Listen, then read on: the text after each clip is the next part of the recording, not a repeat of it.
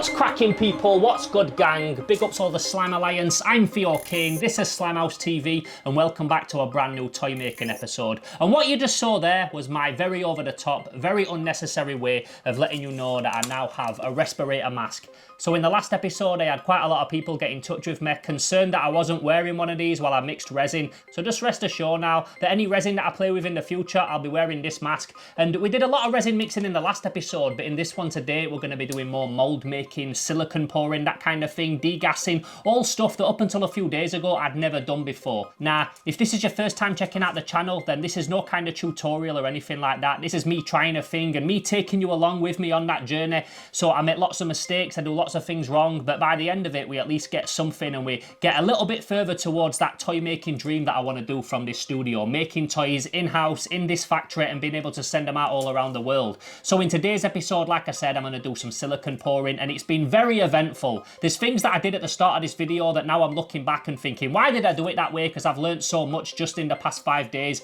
But yeah, I'm going to take you on that journey with me. So if that sounds like a bit of you, sit back, make sure you're comfy, and get ready for a brand new toy making episode here on Slimehouse TV.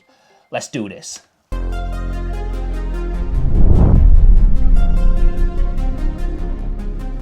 So yeah, mold making. Now, before I get anything molded, obviously I've got to get it prepared for the mold making process. And what I'm going to do, like I mentioned in the last episode, is I'm going to attempt to get a couple of these little Keshi minifigures molded. Now, after speaking to Rainbow Yarn, he thinks that doing crush room will actually be a little bit easier than moulding these. He says that crush room is probably going to be something that's moulded a lot easier than these little Guyver figures, because these are more intricate, they've got more little parts that I'm going to have to add little air spouts to, which I'll talk about in a minute. But then I figured that if I can cast these little guys, then crush room should be easy. Now, I've watched lots of mold making videos, I've been around a lot of people making molds, and I have actually made molds years and years and years ago, but when it came to silicone, I never had much luck. I don't know if it's because I messed up the ratios or whatever like that. I was like 19 when I was getting into special effects in movies and that kind of thing. I made a mold of my friend's face and we cut it off in like a video that we made in college. I've still got the whole movie. It's like a feature-length film or like an hour-long film or whatever. But yeah, I molded my friend's face and then like cast it in silicone and stuff, and it worked all right, but like that was something I did when I was 19 and I'm 36 now, so it's time to make a proper mold. All these years later, I'm going to finally attempt to do this again. Now, looking at these figures, they do look pretty simple, but because they've got little spikes coming off on their elbows and their fingers are separate and that kind of thing, it's based on the Guyver, obviously, so he's got like a blade on the top of his head. These are all little things that could potentially mess up a mold, so we have to add air vents to them. Now, I sent pictures of these little figures to Rainbow Yarn, and he drew some lines on those pictures where he thinks the air vents should be, but he's not seen them in person, so we're not even sure if they're going to work. But yeah, what I'm going to do is I'm going to get these guys prepared for a mold, and then we're going to pour some silicone and see if we can make resin versions of them. Before we even get to that stage though, there's a couple of things I need to do to prep these guys to get them ready. First of all, just by looking at them, I can see that there's a couple of little hollow areas that I'm going to have to fill with some kind of putty. Maybe even use some of that monster clay that I bought in the last episode, scrape a bit of that off and bung that in some of the little areas where the silicone could get potentially trapped. Something else that Rainbow Yarn suggested that I should do as well is give them a spray paint with clear coat, like a gloss finish, so that when I mold them, they come out with a nice shiny look. So I'm also going to try that as well. So yeah, first things first, get all these little bits of like overlapping little hollow areas filled in with some putty, and then get them all sprayed up, and then we can start looking at where I need to put the little air hoses on them, the little air holes, the little air pipes, whatever you want to call them, the little air ducts.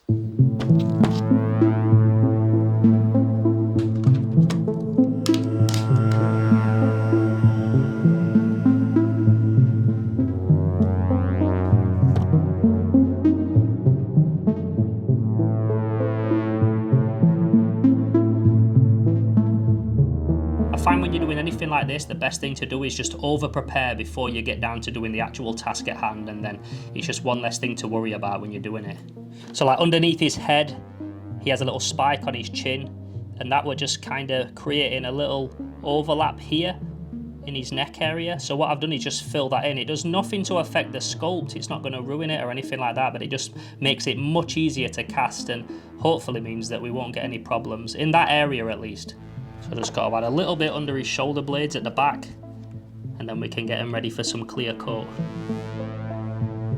Like you see up there, that little area under his shoulder pad, that's a crevice that silicone could effectively get stuck under and then make this thing hard to mold and hard to remove. So we're going to fill that with monster clay as well. Also as well, what I'm doing with these, filling in these little air holes and these overlaps and stuff, if I were doing these now, I would have rectified this in the sculpting program in Nomad. But at the time when I sculpted these, I was literally just doing them for myself, so I weren't even planning on casting them. But now that I know, I'll make sure that I don't have to do this stage next time. I'm also not 100% sure if when I spray them with clear coat it will have some kind of chemical reaction with the monster clay that I've put there, but I shouldn't think it will. We will see.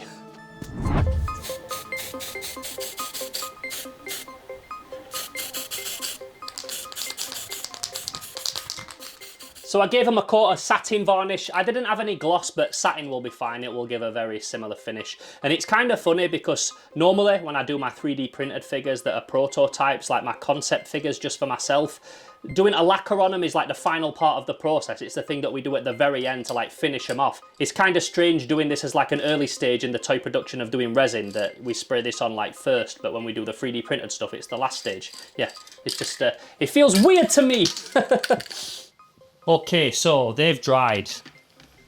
Now there's a couple of different ways that I can do these molds. As you'll have seen, I've got all these molds that Rainbow Yarn sent me that we used in the last video, and there's a few different ways that we could do it. So I'm going to go with this kind of one-part mold, where basically you get this guy, you glue him onto something, and then you put like something like that over the top, cut the top off it, and then seal it with glue and pour your silicone inside so that it holds it in that shape. Now before I can even do that, before I even get to the point where I can start thinking about pouring silicone on top of these things, I need to get them prepared, and like I said, Rainbow Yarn did send me some photos of how I should put the air vents on these guys. So that's the next thing that I'm going to attempt. I'm going to get these stuck down with some Gorilla Tape, which is something else that he also suggested to me, and then I'm going to have a look where the best place is to start putting these little cocktail stick air vents on them. So the way that we have to do this is not Gorilla Tape, but it's as good as. It's like a really thick, gooey, transparent tape. It actually works like no nails glue.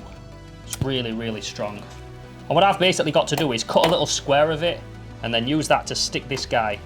So stick that down like that first of all, and then peel the other side off and stick this guy down like that. So that's the first thing done. We're getting there. So basically any area that looks problematic or any area that has like a horn pointing down or anything like that needs some kind of air spout fitted to it. So on the Guyver one, he suggests that I should put little tiny air vents on each one of these elbow spikes, attach one from his head to his horn, which we can do with a little piece of rolled up blue tack, he said, and then we can do the same thing for his fingers. Now some people, when they create little figures like this, they would have all the fingers together, but I didn't want it to look like a mitten hand. I wanted it to have separate fingers. So again, going to be a little bit more complex, but if I can add a little piece of blue tack rolled up across all those fingers, then that should work. According to Rainbow Yarn, if this goes wrong, then all the blame is on him.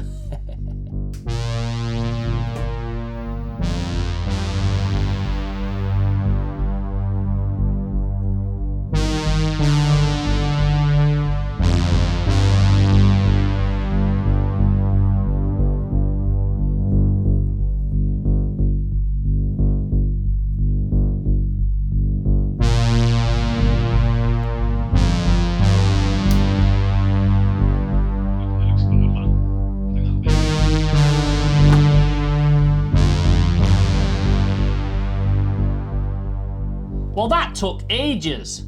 That took way longer than I thought. And I understand why we do this, and luckily because I do so much 3D printing, it kind of works similar to how the supports work on a 3D printer, like in a weird way, but that took such a long time. I've got glue all over me. It took like an hour to do both of them, and I was back and forth showing Rainbow Yarn over WhatsApp like what I'm doing and if this is right, and he says that they both look like goers. I had to do a little bit of messing about back and forth. I'd send him a picture and then he'd like tell me to change something, but yeah, these look basically like they're ready to go. So I'm going to let the glue dry and have a little tidy up, and then I'll talk you through what I plan to do in terms of moulding them and what kind of container I'm going to use. Also, Rainbow Yarn sent me this video of what he's doing at the minute. Like, I showed him what I'm doing, like 2 little caches, and he's sending me videos like this of what he's making at the minute. Look at that. Rows upon rows of multicoloured, neon, glow-in-the-dark, marbled cache. If I can get to that level one day and have that many for sale, I'll be buzzing.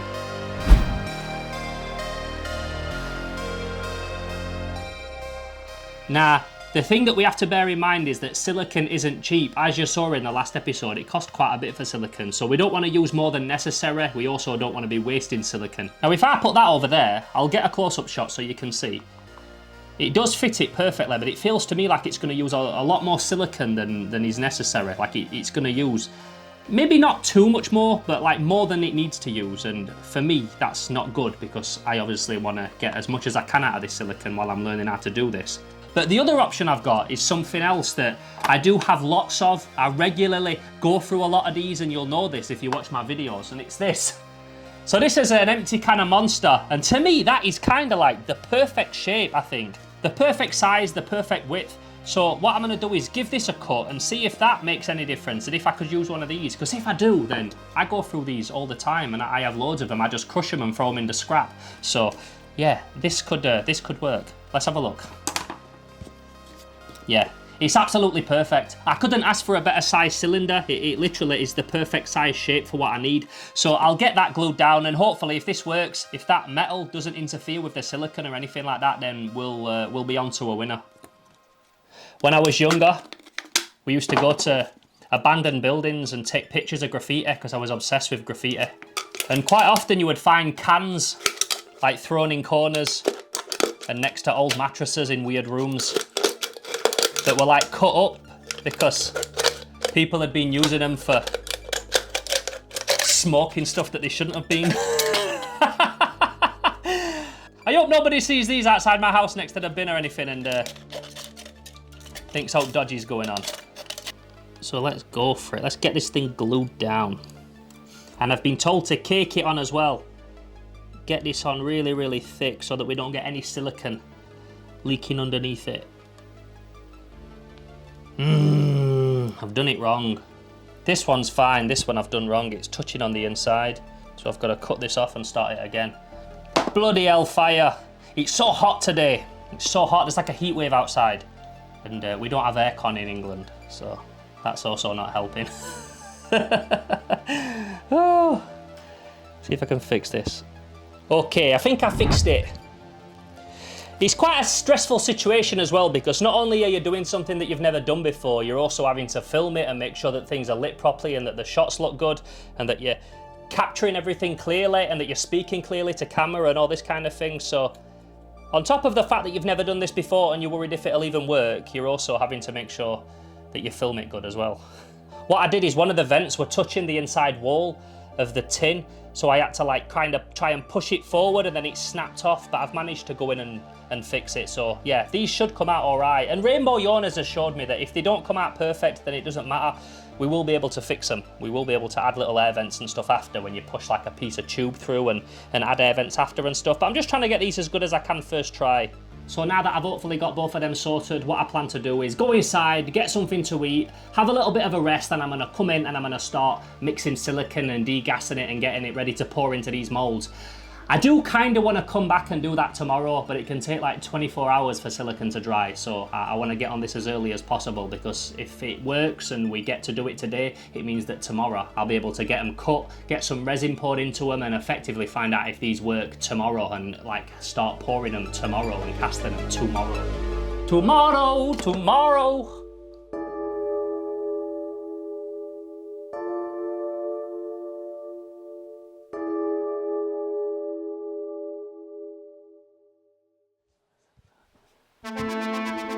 Yeah, so guess what?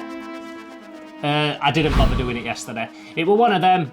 I was getting stressed with it. I was getting tired.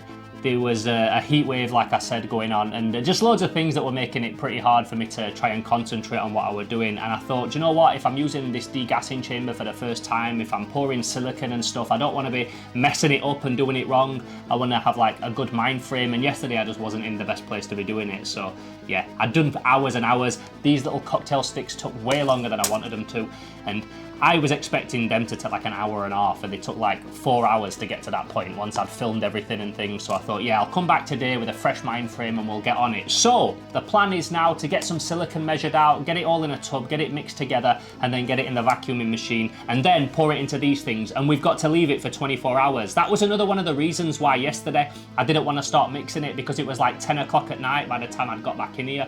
And I'm thinking, well, if I mix it now and you've got to leave it for 24 hours to cure, it's not going to be until 10 o'clock the next day at night when I get to pour resin in it anyway and check if it's worked, which would be kind of too late to start pouring resin. So yeah, hopefully I can get all this like mixed and poured in the next couple of hours, and that means that tomorrow I can come back around this time now, which is like 4 p.m, and they'll be all ready to start trying to pour resin into them. Let's see how we get on today. So unlike resin, silicone measures out differently. Resin is 1:1, it's 50-50, but with silicone it's 1:10, so it's like 10%. So if I'm pouring 60 grams of this, then I only pour 6 grams of this. So these tubs should do it. And one thing that you've got to be careful of is you don't want to mix silicone up to there and then put it in the degassing machine, because it blows up this big, it like doubles in size. Also, if we don't make enough, we can degas some more and put that on top and it will stick to it, but it would also be nice just to get it all in one, right? 210 grams, which means we want 21 grams of this one. Whew! Bang on 21. Now the next thing that I've got to do is mix both of those chemicals together and put them in this thing, which is the degassing chamber, which is attached to this, which is a vacuum pump. That will suck all of the air bubbles out of the silicone, so that when you make a mold of it, there'll be no little pitted air bubble marks or anything like that. We should then in theory get a perfect mold.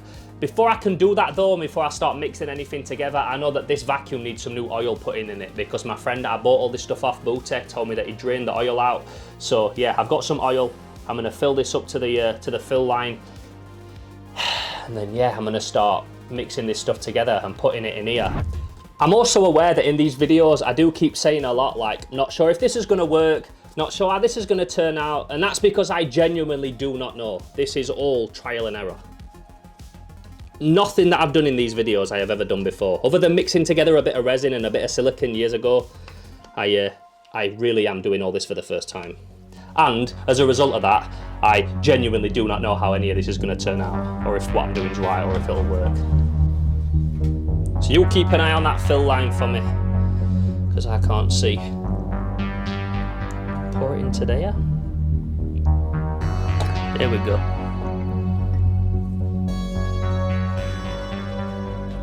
So now is where things start to get exciting. This looks kind of tasty, looks like some raspberry ripple blancmange or something. So this now has got to go in there. And you should be able to see all the bubbles rise up. You should see it and I should see it. Let's just go for it.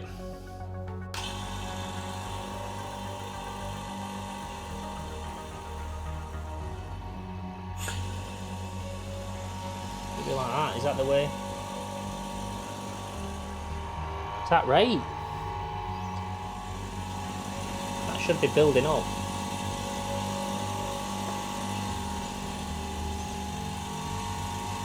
Trying to work this thing out is such a ball ache, man. So something proper annoying happened. I put everything in, I turned everything on, and it wasn't working. Now I did do a quick test on its own off camera before I'd put any silicone in, just to make sure everything was turning on okay. And the gauge was going up and it was fine. But as soon as I put something in it and then tried to get it working, it just weren't having it. So now I've had to take everything apart and put new PTFE tape on everything, hoping that that was the reason. I just don't want this silicone to go off. Okay. It's just not doing it. So now we'll see if it's a loose connection here. There's got to be a loose connection somewhere. That's what's pecking my head. So the only place left to add some PTFE tape is this, really. And to be fair, it doesn't really have any on, so let's hope that's what it is.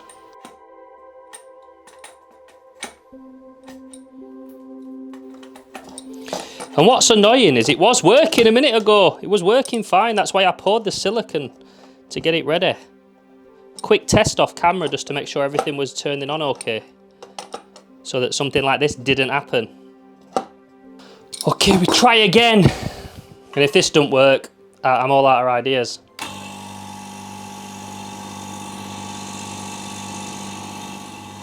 Like, it is vacuuming, it is vacuuming. It went up really quick before though. Dude, what's wrong with this? What is wrong with this thing? So I think I've done it, I'm not sure. It just wasn't working, but then I rang Faco and I was like, look, no matter what I do, it's not building up any vacuum inside. And he said, just push down hard on the lid. And I went like that and boom, it just started working straight away. So thank God for that, but now we will, I want to make sure I've done it right. Push down on that lid to get the vacuum going.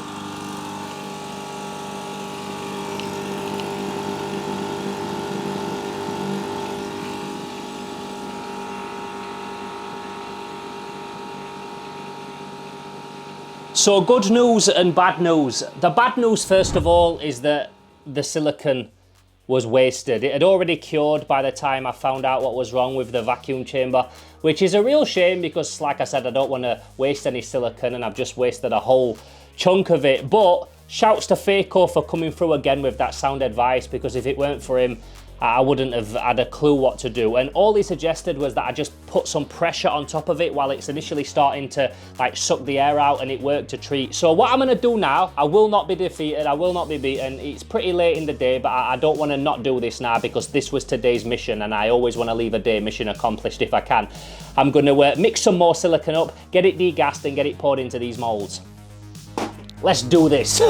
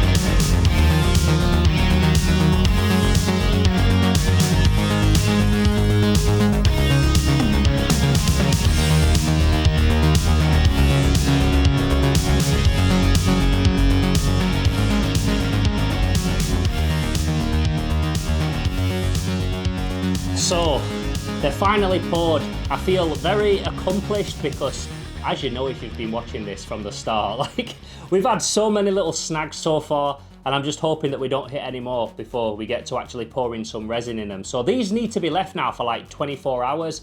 It's like 9 o'clock now, so hopefully by this time tomorrow, I can cut these guys out of the molds, get them covered with some Mac wax, and I can actually get some resin in them and stuff. So that's going to be really exciting. I'm just hoping and praying that the supports I did were okay, and that I mixed the silicone okay, and that I measured it all out right and everything like that. But yeah, after a long day, I think it's now time to go get some food and catch up with you lot tomorrow. So yeah, man, I'll see you then. So it's been well over 24 hours now since I poured these, which means that they should be done, and if they're not set, it means that we didn't mix the solution right. I say we, it was me doing it. I've only got myself to blame if they don't work out right, but I'm hoping that they will. This is also the silicone that was set. Do you know the one that I poured wrong? And that is set fine. Should be able to cut it easy enough. But if that's all set like that, then here's to hoping that this is set the same, because I did the exact same measurements. If anything, I measured these even better. Can is also really nice to use because it's easy to cut. I also probably used a lot more silicone than what were needed for these. I could have got away with using less if I'd have built a mold box that were a bit smaller, but I just wanted to make sure that they were right and that they were completely enclosed, which they certainly are. So I'm going to shut up for a minute while I cut them because I want to concentrate, and then we'll see how they turned out. It'd help if my blade was sharp. That's a terrible blade, I'm not using that. This is really hard. I know that Rainbow Yarn sometimes uses clamps to like clamp them open, but I can't even. And it's not that it's hard to cut, it's hard trying to see what you're doing and do nice clean cuts so that you're not like digging away at it and making a mess of the mold. That's the problem. It's just so hard to cut up inside there, trying to cut up inside that thing and like keep a nice seam line all the way down the bottom without having any little bits that tear or whatever. Very little confidence in this thing here turning out all right. And maybe it was just too complex of a figure to try and do first of all. Maybe I used way too much silicone. But it's all learning, isn't it? It's disheartening, but it's all learning. Stressful, man. Well, at least my silicone's set anyway, that's a good thing. At least we know for sure that I know how to mix and degas silicone. So that in there is what I've just had to cut up and cut down all them little areas and cut down those seams and then make it so that we can pour resin in and squash it back like that and hope that it takes some kind of shape that it once had. The journey's almost at an end. What a journey it's been. I can't wait to sort of complete it and make a video about it if that day ever comes. Because it's been such a journey, right? So many ups and downs on this mission to collect the PS3 Essential. So I feel like I've made an absolute dog's dinner of these. I feel like they're not going to work, partly because I used so much silicone that if I'd have used a smaller mold box, I wouldn't have to cut through as much silicone to get to the actual figure, so that introduces a problem. I don't know if I've cut the air vents right. I just don't know. Like, I feel like they're not going to work, and I kind of feel like maybe I should just leave this to the professionals, because my hat really does go off to people like Rainbow Yarn and Faco who do this all the time.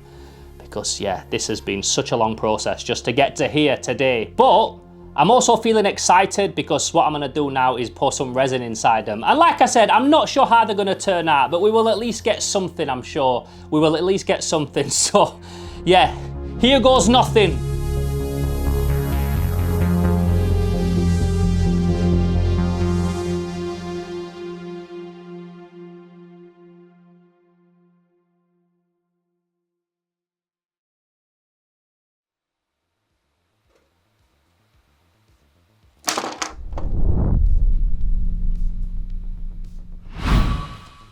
So I cast some and then I cast some more, and it's safe to say that after several days of pouring and casting them that I learned a lot, and there's definitely loads to unpack. Now, if you remember the 2 days that I was working on this fully, I kept saying how hot it was and that we was going through a heat wave and that there's no air conditioning in England and that kind of thing. And that played a big part in the failure of my first pour. So what I did is I mixed it up as you should, and you get about a 3-minute pot life before it starts to harden. So I'm pouring it into the mold, and bear in mind the little feet holes on these molds are kind of small. You've not got like a big surface area to pour into, so you've got to hold it pretty high and pour it in slow. And within a minute it started to cure. So I quickly tried to get it into both of the molds of the minifigures, and I had 2 Scroc molds ready as well, but it were already curing so much it wouldn't even go into them. So I just poured it out, trying to quickly put it into the axe mold, because I've got an axe mold that I got off Rainbow Yarn, and it basically just turned into this, and it was going like hard before my very eyes within like less than a minute. Which would be awesome if I wanted a toy of the colorized version of the 1950s, the Blob, but I didn't. I wanted minifigures, so yeah, it was safe to say that that first day of trying to pour this stuff out was an absolute write-off. So I waited for it to cool down, and I poured some more that evening and then checked on them the next day. And then I poured some more and I cast some more. Every time like improving them a little bit better, pouring them in slightly different ways, adding air holes to the mold where it were like building up little air bubbles and that kind of thing, like pushing a pipe through and making little air vents in them to try and make it so that there wouldn't be an air bubble there next time. And after several days and several attempts of pouring them, I came to the conclusion that the molds that I made just weren't very good. One of the reasons is when I was putting super glue onto the cocktail sticks, because they kept moving and I kept having to put more on, some super glue dripped down one eye of one of the figures, so one of them's got like a texture on his eye. And the other one, the Guyver one, when I was cutting into his mold, I accidentally cut down the side of his face and down his peck at his front and not down the side here. So no matter how good I got a cast, no matter how good I poured it, and no matter how good it cured, he always had a seam line down his face and down the front of his body, which just didn't look good. So out of all of these that I made here, I've got a couple that are passable, and the only good stuff is the little Scrocs that I got out of just the excess resin that I got when I'd mixed too much. So yeah, part of me feels like those 5 days were like a complete waste of time, a write-off, like a complete failure. But at the same time, I also learned how to degas the silicone because the silicone set perfect, so that's good. It also made me realize that moving forward, I don't need to use a big monster can. There's too much girth to that. I can build mold boxes a lot thinner and a lot more like to the shape of the figure that I'm doing. And also, these were a 1-part cut mold. There's the other kind of mold that I can do where you do a 2-part mold where I pour the monster clay in, put the figure in and get a real nice seam line and can basically pick my own seam line in the putty. So I think that's the route that I'm going to go down moving forward. Not for everything, but at least for these kind of figures, because like I said from the very start, these toys are always going to be kind of problematic because they've got lots of like little spikes and the fingers are open and that kind of thing. These were always going to be very hard for a first attempt at casting and molding and then making molds.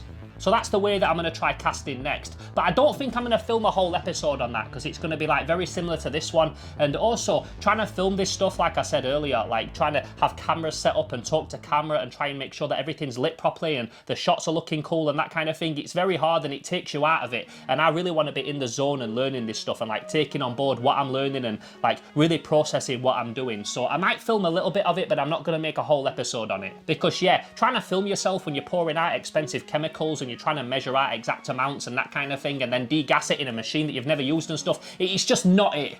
So I'll try and film a little bit just so you can see the progress of it, but I'm not going to concentrate too much on filming that stuff. The next video that I drop on here will probably be something completely different. I'll go back to like my old way of making toys, making a 3D resin prototype or something like that. Something that's a bit more familiar to me because after days and days of pouring these and staring at these little minifigures, I just need a bit of a break and need to work on something a bit more familiar just for my own sanity. As you'll know, if you've been watching these videos for a while, I'm teaching myself these skills and learning all this stuff because eventually I want to produce a character called Crushroom. I want to produce a run of a character that I made myself like over a year ago as a one-off and people really liked it and I want to be able to make it and put it out for sale like I did with the Turgo toys. But I'm having to learn it all before I can get to that point, but I'm getting closer and closer and I actually even started printing the version that I'll actually cast with the new pegs and stuff. I gave it all new articulation, so that's going to be really interesting. We're gearing up towards that, but just not yet. At the minute, I've just got to work on smaller things just to get my head around all this technology and the way that they work. And yeah, I want to make sure that when I put that thing out, it's absolutely perfect.